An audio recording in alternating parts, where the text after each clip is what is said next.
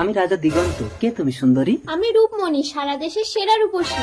আমি তো দেশ দেশান্তর ঘুরে তোমারই তালাশ করছি সুন্দরী, মুখটা দেখি। না না, চন্দ্রদেবের অভিশাপে কেউ যদি একবার আমার রূপ দেখে নেয় তাহলে সে পাথর হয়ে যাবে। আমি যে তোমাকে বিয়ে করতে চাই রূপমণি। ওই তো রাজা। তাহলে আমাকে চোখ বেঁধে বিয়ে করতে হবে রাজা দিগন্ত। ঠিক আছে, তাই হবে রূপমণি। এই সুযোগে রাজা রূপমণিকে যখন মালা পরাতে যাবে তখন তুমি গলা পেতে দেবে। আর রূপমণি? ওকে তো আমি বিয়ে করবো।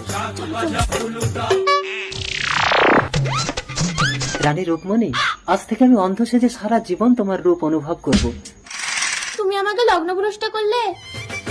মুখের থেকে ওড়না না, সীমান্ত, তুমি কিন্তু পাথর হয়ে যাবে। স্বামী স্বামী, হে চন্দ্রদেব, তুমি এই অভিশাপ তুলে নাও। কোন প্রকৃত রাজা যদি ওকে দুচোখ দিয়ে দৃষ্টি দেয় তাহলেই ও পাথর থেকে মুক্তি পাবে। এখন আমি কি করে আমার স্বামীকে বাঁচাবো? ওই রাক্ষসিনী তো রাজাকে বিয়ে করে নিয়েছে, ও তো রাজাকে চোখ খুলতেই দেবে না। না, মুখ না ঢাকিয়ে রাক্ষসিনীর সামনে যাব, তাহলে ও আমাকে দেখলেই পাথর হয়ে যাবে, তবেই আমি রাজাকে আনতে পারবো। বাড়িতে কেউ আছেন? কে কে? কে কথা বললো? গলাটা খুব চেনা মনে হচ্ছে। রাজা আসছি, মুখ ঢাকিয়ে নি। রূপমণি, আপনার ভাইকে দৃষ্টি দিয়ে উদ্ধার করুন রাজামশাই। দাদা, আমাকে ক্ষমা করে দাও, আমি ছল করে রূপমণিকে বিয়ে করেছি, ওকে তুমি নিয়ে নাও। একজন প্রকৃত রাজা কখনো অধর্ম করে না রে ভাই। রূপমণি তোর জীবন সাথী। আমি যাই, দামিনীকে দৃষ্টি দিয়ে উদ্ধার করি। তার মুকায়ে